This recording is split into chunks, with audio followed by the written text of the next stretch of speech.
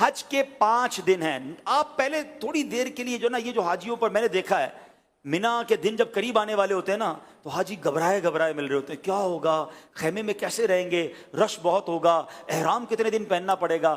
حج کے دن قریب آئیں تو ٹینشن میں نہیں خوشی میں اضافہ ہونا چاہیے. سب سے پہلی بات, بہت بڑا ٹینشن ریلیز آپ کا یہ کر دیتا ہوں کہ احرام آپ نے 5 دن نہیں صرف 2.25 دن باندھنا ہے. صرف 2.25 دن کا احرام ہے. 1.5 دن تو پہلے عمرے میں باندھ لیا تھا آپ نے, پھر کائی کی ٹینشن ہے. پہلے میں نے کہہ دیا احرام فرینڈلی ہو جاؤ, اور حج میں میکسیمم 2.5 دن کا احرام ہے, کوئی 5 دن کا احرام نہیں ہے. ٹھیک ہے, تو آدھا ٹینشن تو ویسے ریلیز ہو گیا ہوگا. اب آ جاؤ حج کے 5 دن کیا کیا ہیں.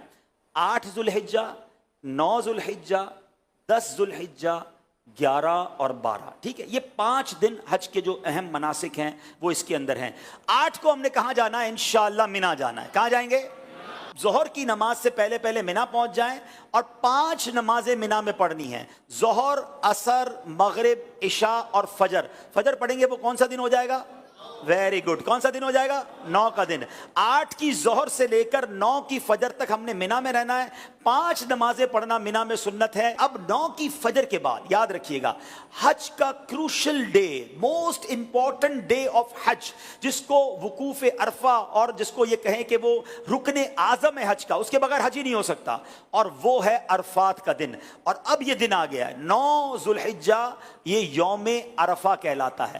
اب حاجی کو جانا ہے عرفات کے میدان میں. جو 9 ذوالحجہ کا دن ہے وہ پورا دن ہم نے کہاں گزارنا ہے؟ عرفات میں. یہ خاص دن ہے. جیسے ہی ظہر کا وقت شروع ہوگا, سبحان اللہ, ظہر کا وقت شروع ہوا اور جتنے لوگ وہاں پر عرفات میں موجود ہیں احرام کی نیت کے ساتھ, وہ سارے کے سارے حاجی ہو گئے. ہاں, ایک لمحہ بھی کسی نے ظہر کا وقت شروع ہونے کے بعد سے لے کر اگلے دن صبح صادق سے پہلے عرفات میں گزار لیا, وہ حاجی ہو گیا. ہاں, لیکن جو صبح چلا گیا ہے یا ظہر کے وقت سے پہلے گیا یا ظہر کے بعد بھی گیا, وہ غروب آفتاب سے پہلے باہر نہیں نکل سکتا. یہ بڑا مسئلہ ہے کہ بعض اوقات ہوتا یہ کہ دوپہر 3-4 بجے سے بعض خیمے والے کہتے چلو بھائی مزدلفہ چلنا ہے. نہیں, مغرب کا وقت ہو گیا, اب آپ آ جائیں گے مزدلفہ. یہ جو رات ہے, اللہ اکبر, بعض علماء فرماتے ہیں کہ یہ حاجی کے لیے شب قدر سے افضل رات ہے.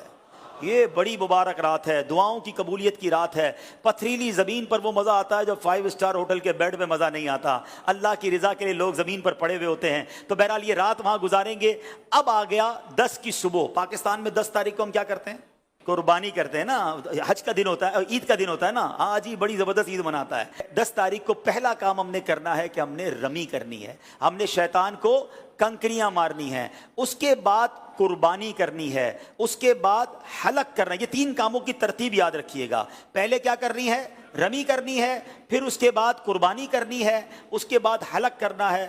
آپ احرام سے فارغ ہو گئے. ہاں, احرام تو پورا ہو گیا. ابھی تو 10 تاریخ کی صبح ہی ہوئی ہے, دوپہر ہو جائے گی زیادہ سے زیادہ. 2.5 دن میں آپ احرام سے فارغ. صرف ایک پابندی باقی ہے جو مرد و عورت کے معاملات ہیں, باقی یو آر فری ناؤ. اب اس کے بعد طواف الزیارہ کر لیں تو وہ پابندی بھی ختم ہو جائے گی. اس کے بعد یعنی یہ 10 کا دن جو ہے, آپ چونکہ تھوڑا بیزی ہوں گے, پہلے آپ رمی کریں گے, پھر قربانی کریں گے, پھر آپ حلق کریں گے, غسل وغیرہ کر کے لباس پہنیں گے. اگر شام کو طواف الزیارہ کرنا ہے تو کر لیں گے, ورنہ اگلے دن کر لیں گے. اب صرف آپ نے 11 اور 12 کا دن گزارنا ہے مینا میں, اور راتیں گزارنی ہے مینا میں اور رمی کرنی ہے. ایک واجب باقی رہ جائے گا جس کو طواف رخصت کہتے ہیں, وہ جب وطن واپس جانا ہوگا تب آپ کر لیں گے. تو یہ ہے حج, جو یہ 5 دن ہیں. اس میں پہلا دن مینا میں, اگلا دن عرفات میں, اور بقیہ 3 دن بھی مینا میں گزارنے ہیں. یہ آل ٹوگیدر 5 دن بنتے ہیں. اور آخری دن 12 کو عصر کے بعد مغرب سے پہلے آپ مکہ آ سکتے ہیں. تو یوں دیکھا جائے تو یہ 4.5 دن بنتے ہیں اور 4 راتیں ہیں. تو اٹس ناٹ ہیوج ورک. کوئی ٹینشن ڈالیں, اپنے ساتھ آپ ضرورت کا سامان لے جائیں گے اور لوگوں میں تقسیم کرتے رہیں گے تو انشاءاللہ حج میں کوئی ٹینشن اللہ نے چاہا تو نہیں ہوگی. آپ دوسروں کو ٹینشن ریلیز کرنے کا ذہن بنا لیں, انشاءاللہ آپ کی ٹینشن پہلے ہی ختم ہو جائے گی. انشاءاللہ ہم دوسروں کی مددگار بن کر حج کریں گے انشاءاللہ.